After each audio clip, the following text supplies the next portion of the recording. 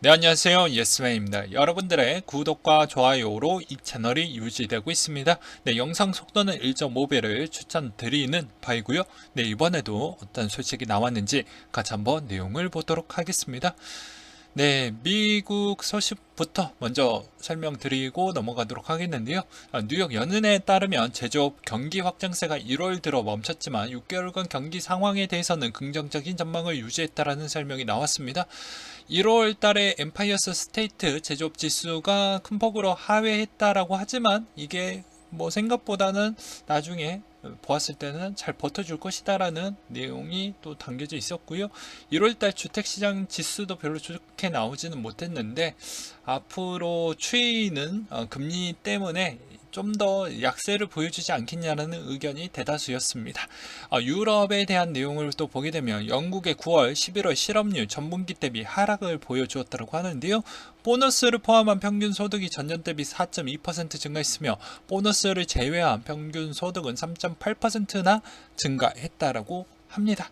그리고 ZEW에 따르면 제조업 공급 부족과 독일 정부의 서비스업 규제 등이 독일 경제 부담을 주고 있다라는 분석도 나오고 있네요. 달러 인덱스 추이는 95.74를 기록을 했다라고 하는데요.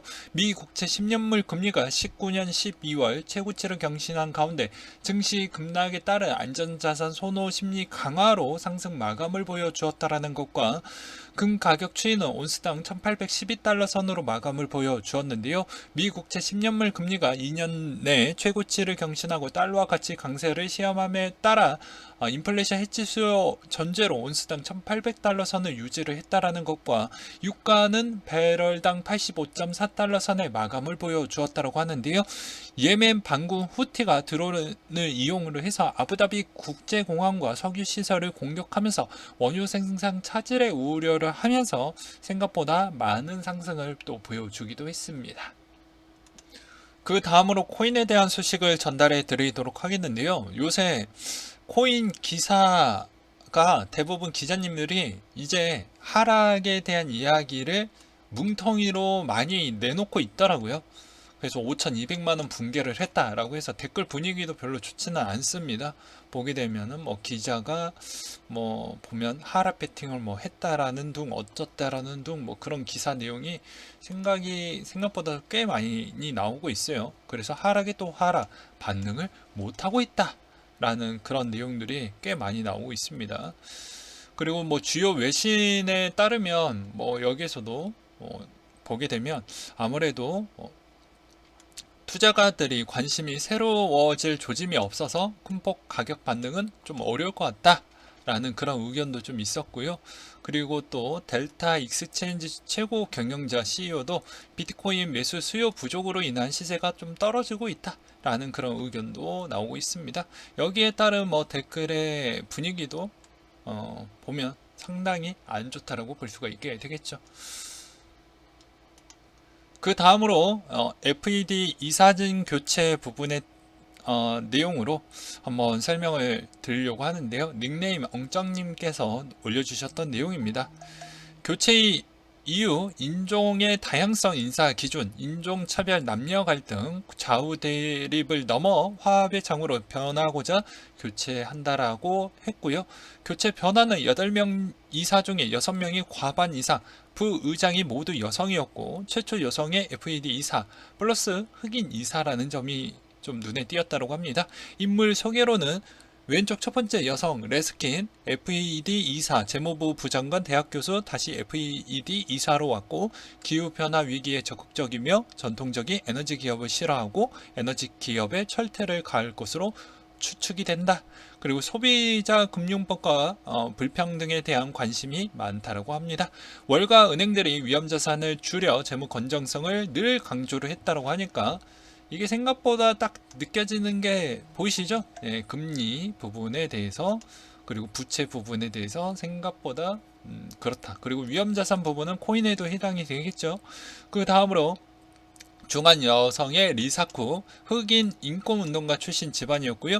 인준이 되면 최초 흑인 부의장이 될 인물이라고 합니다. 그리고 버클리 경제학 박사의 아프리카 세네갈 대학에서 철학 공부하고 러시아 주재로 박사 논문을 받았다라는 내용과 오바마 시절에 이제 경제자문위원회 이코노미스트로 좀 뛰었다라고 하네요.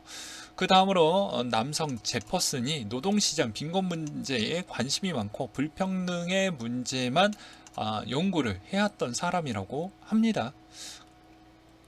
그래도 아무래도 조금 강한 사람들이 대부분 내정이 됐다라고 볼 수가 있기 때문에 생각보다 우리의 시장은 좀 녹록치 않겠다라는 의견을 좀 드리고 싶고요. 그 다음으로 국내 최초 채권형 NFT 상품 파민 NFT를 출시를 하겠다라고 하는데요. 이게 잘 될지는 모르겠지만 일단은 새로운 내용이어서 한번 가지고 와봤습니다. 라운드 로빈은 만기일 도래시 해당 토큰을 가진 보유자들 리스트를 중심으로만 환급 금액이 지급이 되고 채권형 NFT 도입 후 블록체인 업계 내에 막론하고 주목되는 비즈니스 모델이다. 파밍 NFT는 토큰 거래 내역과 보유 정보를 명확하게 확인할 수 있는 블록체인 특성을 활용을 해서 별도 관리 프로세스를 최소화한 NFT 채권으로 사용할 수 있는 비즈니스 모델로 상용화되는 부분의 의미를 좀 둘 필요성이 있다. 뭐 이런 내용이 또 나온 게 있었고요. 신한금융의 블록체인 NFT 50억 정도 투자를 했다라고 볼 수가 있게 되겠습니다. 뭐 그렇게 큰 금액을 투자했다라고 보는 것보다 그냥 그런 거죠. 뭐 최근의 분위기를 보게 되면 최근에 뭐 스타트업 쪽에 대한 투자가 생각보다 잘 나왔던 부분이 좀 있다 보니까 대부분 금융권에서도 이런 거를 좀 적극적으로 가동을 시키려고 하는 것 같습니다. 그리고 이제 비슷한 성공 사례로 뭐 이제 배우 이재훈 씨가 제가 저번에도 말씀을 드리기도 했지만 구두상으로만 이야기를 드렸죠. 6년 전에 이제 마켓컬리를 투자를 했는데 이게 생각보다 200배 이상 수익이 나왔다라는 추정치가 돌아서 업계에서 상당히 뭐 유명한 사례로 남고 있습니다.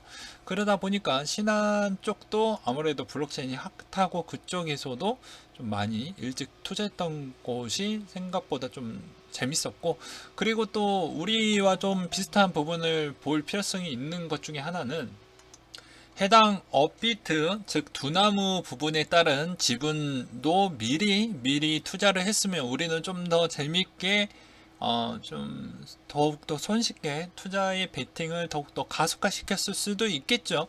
그만큼 그래서 이런 것도 좀 잘 알고 있어야 되는데 대부분 다 한 자리씩 다 찼네요.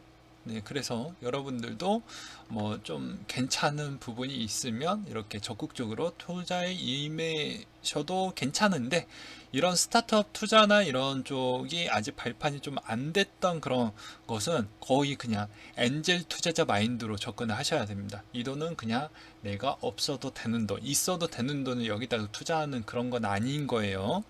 다시 한번 말씀을 드리지만 그래서 여유 있으신 분들은 이런 쪽으로도 관심을 좀 두시게 되면 그 돌아오는 게 배수가 좀 괜찮다라고 설명을 드리고 싶고요. 그리고 또 대부분 의사분들이 이런 쪽에 관심도가 매우 높습니다. 그래서 연봉도 높기 때문에 거기 그 연봉의 뭐 몇 퍼센트를 거의 스타트업 한 곳에마다 뭐 1000에서 2000만 원 정도씩 이렇게 해서 뭐 10곳, 뭐 많게는 뭐 20곳까지 이렇게 투자하시는 분들도 많이 있다라고 하더라고요. 뭐 그 다음으로 웹 3.0 코인으로 선별적 분류를 했다. 시총 포함이 있다. 라고 해서 이제 코인 변방의 오락캐 님이 올려주셨던 내용인데요. 요새 3.0에 대한 인기가 그리고 주목도 함께 받고 있는데 일단은 지금 시점에서는 좀 더 이른 감은 있긴 하지만 그래도 어느 정도 우리는 개념 정도는 알고 가야 되고 어떤 코인들이 요새 좀 주목을 받고 있는지도 좀 봐야 되겠죠. NFT는 테조스와 샌드박스 부분이 좀 더 관심이 많이 간다고 합니다. 이분께서는 테조스는 개발자 맞춤형 소프트 로직과 애플리케이션 실행 권한을 부여하는 스마트 계약 플랫폼이고 샌드박스는 뭐 디지털 부동산 랜드로 구성이 되어져 있죠. 그리고 디파이 생태계에서는 앵커 이제 네이티브 웹 3.0 인프라를 위한 분산 컴퓨팅 네트워크를 제공하는 비전을 갖고 있다라는 게 좀 눈에 좀 들어왔다더라. 그리고 메인넷 프로젝트에서는 이더리움, 솔라나, 아발란체, 폴카다, 그리고 뭐 에이다, 뭐 이오스, 뭐 이런 쪽이 되겠죠. 그래서 이게 이제 레이어 1 애들인데, 이쪽에서 레이어 2 쪽이 조금 더 가능성이 높은 애들도 몇 개는 있긴 합니다. 근데 어, 조금 뒤에 가서 또 설명을 드리도록 하겠습니다. 그리고 솔루션 프로젝트에서는 파일코인, 분산형 클라우드, 젠링크, 오라클이죠. 스토리지 이제 클라우드 저장소죠. BAT 브라우저 광고 삽입을 완벽하게 차단하는 오픈소스를 갖고 있고, 개인정보를 보호해주는 브라우저의 성향을 갖고 있습니다. 스택스는 레이어 1 블록체인 솔루션으로 스마트 계약과 탈중앙화 앱을 비트코인을 가져갈 수 있도록 설계를 해주는 부분이 있고, 스마트 계약은 보안성, 안정성 특징을 변화없이 비트코인으로 가져올 수 있는 큰 강점을 갖고 있다고 하네요. 그리고 위믹스가 글로벌 유명 개발사와 인수합병을 논의 중이다라고 나와져 있는데요. 지금 가격은 좀 반대로 가고 있죠. 그리고 주요 게임 회사들의 분위기도 같이 보셔야 됩니다. P2E 쪽에 내가 관심이 많다, 게임 회사 쪽에 관심이 많다라고 하면, 이 내용은 일단 주식 회사와 게임과 게임 트렌드도 알아야 되죠. 그리고 그 연결된 주식도 알아야 되죠. 그리고 그 연결된 코인 쪽도 같이 세 개를 공부를 다 해야 됩니다. 그래서 여러분들이 계속 뭐 얘기하는 건, 이거 공부의 양이 적은 게 아니에요. 엄청 많습니다. 생각보다. 그리고 코인의 개수가 너무 많고, 아까도 말씀드렸다시피 좀 뒤에 가서 다시 한번 설명을 드리기도 하겠지만, 뭐 레이어 1 기반에서도 뭐 이더리움 부분에 대해서 또 레이어 2, 레이어 3 부분 쪽을 또 해서, 그쪽 레이어 1이 튼튼하게 잘 돌아간다라는 전제 조건 하에 레이어 2가 빛이 나고 레이어 3가 빛이 나거든요. 근데 마찬가지로 레이어 1이 약간 비실비실하면 2, 3도 그렇게 싹 잘 돌아간다라고 볼 수는 없습니다. 그러니까 레이어 1이 생각보다 인기도도 좋아야 되고, 어떤 특징적인 문제점도 없어야 되고, 그런 게 기본 베이스로 깔고 설명을 드리는 거예요. 이따가 또 설명을 드리기도 하겠지만요. 그런 측면이 좀 될 것 같고요. 인텔이 에너지 효율을 높인 비트코인 채굴 칩을 공개를 했다고 합니다. 최근에 뭐 채굴 회사들이 뭐 계속 ESG 부분에 따른 이야기와, 그리고 요새 연준의 부분도 이쪽에 관련된 관심도를 두고 계시는 분들도 꽤 있죠. 그러다 보니까 아무래도 기존의 에너지 효율적인 부분에 대해서 뭐 수력 발전을 통해서, 자연 에너지를 통해서 이렇게 이제 보급을 받고 있는데, 그래서 이제 주변에서도 뭐 이렇게 채굴치까지도 나오면서 약간의 이제 채굴 회사들이 조금은 부담을 낮게 만들어주는 그런 환경이 계속 만들어지는 거 아니겠냐라는 측면도 좀 없지 않아 있었고요. 메타마스크 개발자용 메타마스크 플라스크를 발표를 했다라고 합니다. 자, 메타마스크는 최첨단 기능을 실험하기 위한 개발자 중심의 메타마스크 배포판인 플라스크 출시를 발표했고, 이제 스냅과 플라스크를 통해 출시된 첫 번째 기능으로 개발자의 마스크를 더 확장할 수 있도록 D앱에 필요한 것을 구체적으로 구출할 수 있는 기회를 제공한다라고 되어져 있습니다. 그리고 스트라이크가 비트코인 지갑 물가 폭등하는 아르헨티나에서 신규 앱 다운로드 1위를 기록을 했다라는 부분이 좀 눈에 들어오기도 했었고요.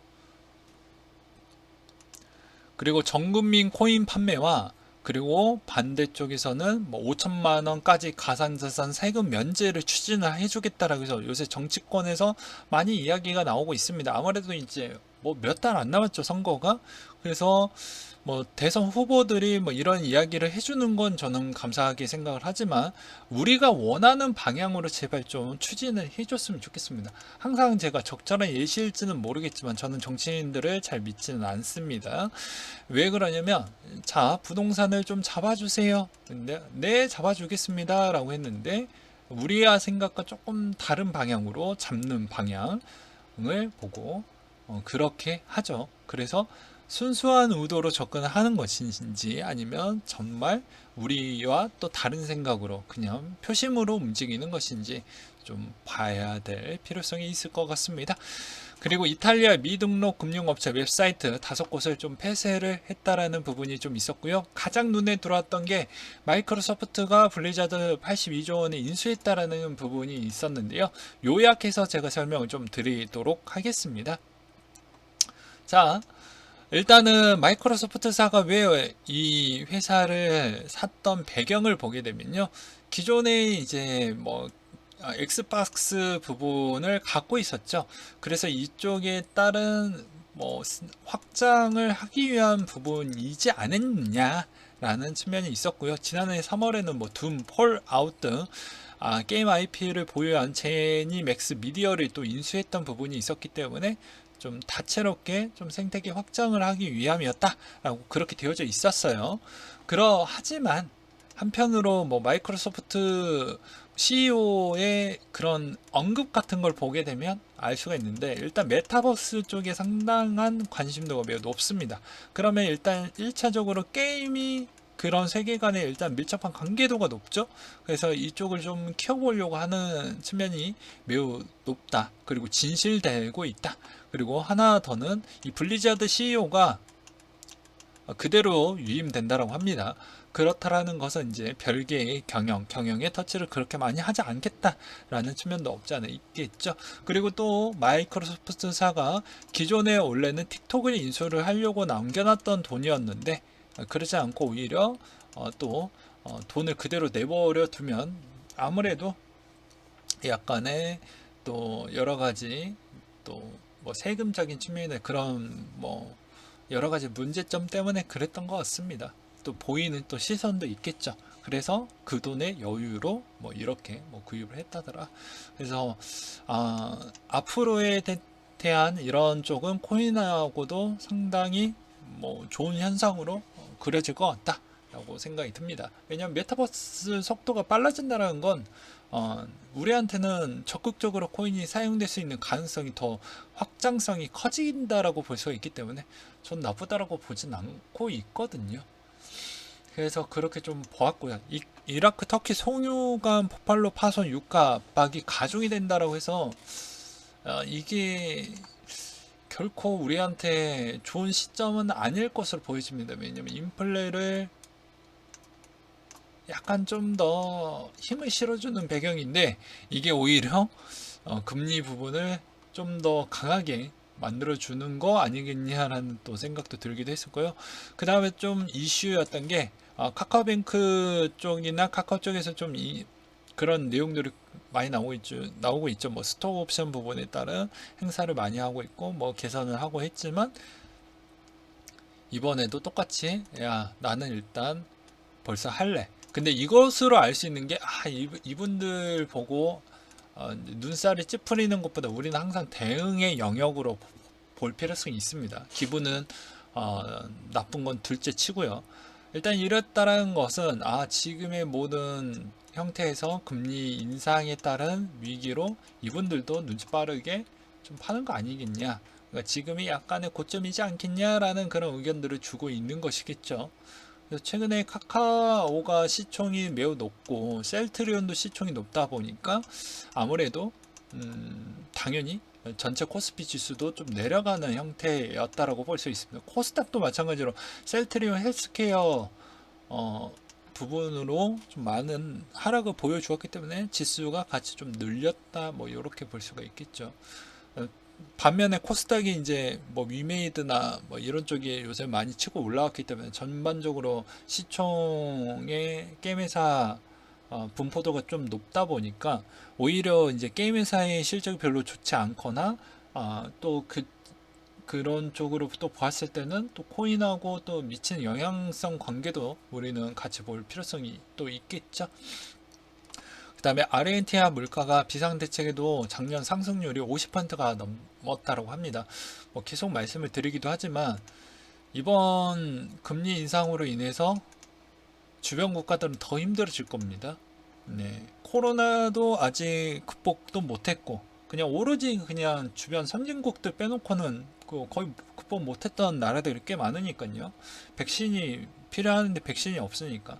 그럼 하는데도 불구하고도 물가도 높아졌고, 그러다가 금리도 올리게 되면 자연스럽게 이제 터키처럼 이게 오히려 암호화폐 스테이블 부분에 따른 코인 쪽으로 매우 갈 확률이 매우 높을 것으로 보여집니다. 그래서 상반기에 그거에 따른 또 정책도 많이 보여줄 것으로 보여요. 왜냐하면 이제 그 스테이블 코인에 따른 투명성과 그런 부분은 우리가 알고 있는 그냥 이론적인 부분인 거고, 실상은 이쪽으로 들어갔었을 때 여러 가지 문제점이 있냐 없냐에 따른 측면도 분명히 검증 단계를 거칠 것으로 보여집니다. 그리고 전 세계 물가가 꽤 많이 올랐다라는 것이 생각보다 오히려 암호화폐에 힘을 실어주긴 하겠지만, 오히려 스테이블 코인에 따른 그만큼 감사가 글로벌 틱하게 좀 많이 제재를 가할 것으로 보여지기 때문에 이것도 생각보다는 좀 쉽진 않을 것 같다라는 거. 그리고 11월 전 세계 암호화폐 시총이 3,098조 원에서 생각보다 좀 많이 커졌고, 그리고 앞으로 이제 좀 우려되는 건 계속 말씀드리지만 뭐 테더나 USDC나 그리고 테라 이런 쪽이 시총이 좀 더 빠르게 올라간다라고 하면 대략 눈치껏 좀 피할 필요성이 있을 것 같기도 하겠죠. 그래서 그런 부분도 미리 말씀을 드리는 측면이 될 것 같고요. 그리고 이더리움 레이어2 TVL 63억 6달러 정도로 인해서 관심을 많이 받고 있다고 하는데요. 여기서 이제 레이어 1하고 레이어 2 부분에 따른 이야기를 좀 해야 되겠죠. 레이어 1과 2의 차이점은 그냥 레이어 1 부분이 이제 베이스라고 보고, 거기에서 레이어 1에서 약간의 이제 문제점, 뭐 속도나 뭐 수수료 부분 그런 측면이 너무 비싸고 느리기 때문에 그걸 레이어 2가 해준다는 것인데, 아까도 말씀드렸다시피 그게 어느 정도 기반 베이스가 튼튼하고 잘 유지가 돼야 레이어 2도 빛이 날 수가 있는 거예요. 그럼 레이어 2 부분에 있었을 때 코인들의 뭐 여러 가지가 있겠죠. 보게 되면은 이더리움 기반의 보게 되면 여기에서도 뭐 주목받는 게 뭐 오미세고, 아발란체, 뭐 신세틱스, 뭐 이런 게 좀 있다라고 합니다. 그리고 그렇기 때문에 이쪽에서도 좀 괜찮은 애들 기반으로 잘 뽑아서 보시는 게 좀 낫지 않겠냐 라고 설명을 좀 드리고 싶고요. 그 다음으로는 뭐 솔라나 부분에 대한 측면이 될 것 같은데, 솔라나도 뭐 보게 되면 뭐 세럼이 있고, 그 다음에 레이어 2에 세럼이 있고 파이가 있는데, 이제 세럼 같은 경우를 잠깐 보게 되면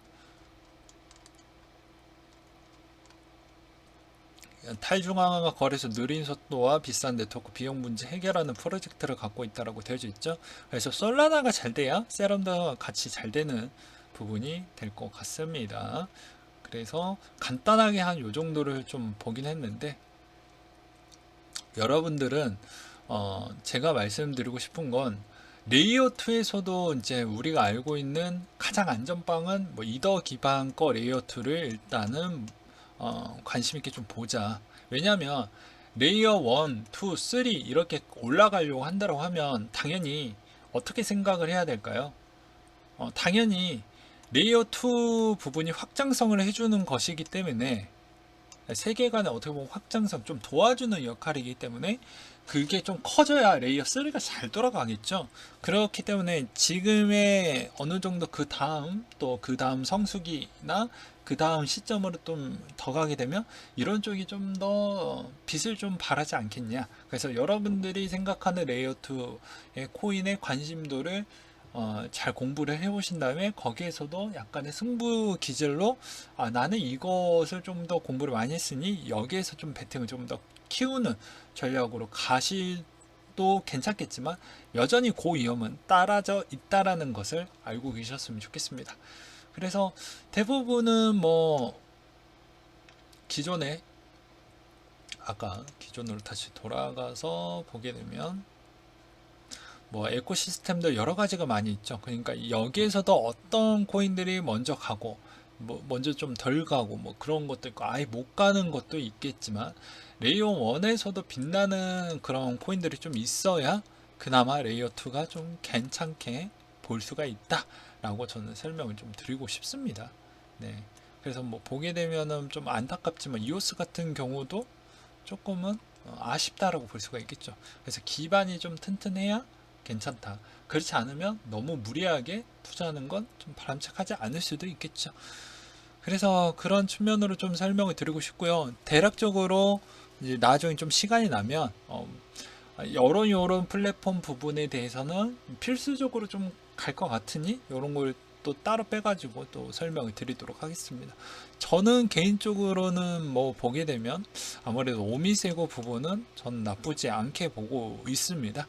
그래서 오미세고 정도는 괜찮지 않겠냐. 근데 지금 당장은 아니고 항상 상승기 시점으로 도래하기 전 때까지는 아직은 좀 더 기다려 보자.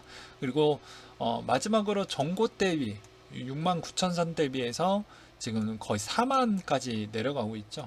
그렇기 때문에 생각보다 비트코인이 거의 한 20-30% 하락을 보여주었기 때문에 손이 생각보다 많이 안 갈 것입니다. 그리고 오히려 좀 더 기다렸다가 조급할 필요가 없습니다. 좀 더 기다렸다가 매입하는 부분이 낫다라고 저는 생각이 드는데 최근에 이제 구독자님들도 점차 감소를 하고 있고 그런 거 보게 되면 여전히 정말로 그만큼 관심도가 떨어지고 있구나라는 걸 또 몸소 또 체감이 됩니다. 왜냐면 제 방송 그렇게 많이 보는 사람이 없거든요.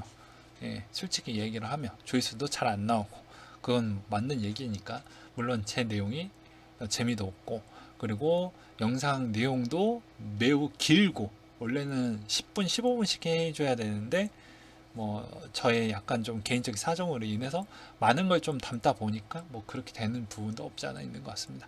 앞으로 그런 부분은 좀 더 시간을 지나서 계속해서 수정을 해서 좀 더 이쁘게 만들어 보려고 노력을 좀 해 드리도록 할게요. 근데 지금의 기준점에서는 저는 이렇게 설명을 드리고 싶어요.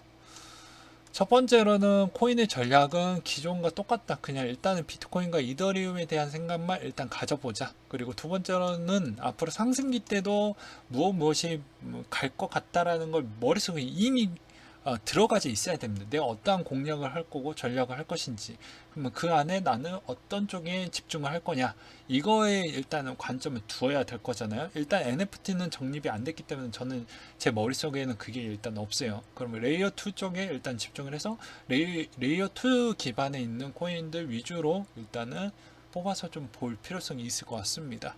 저는 그렇게 공략을 하는 게 가장 안정적이면서 수익도 괜찮게 나오는 전략이지 않겠냐라고 생각이 들거든요. 네, 이상으로 뭐 좀 마치도록 하겠습니다.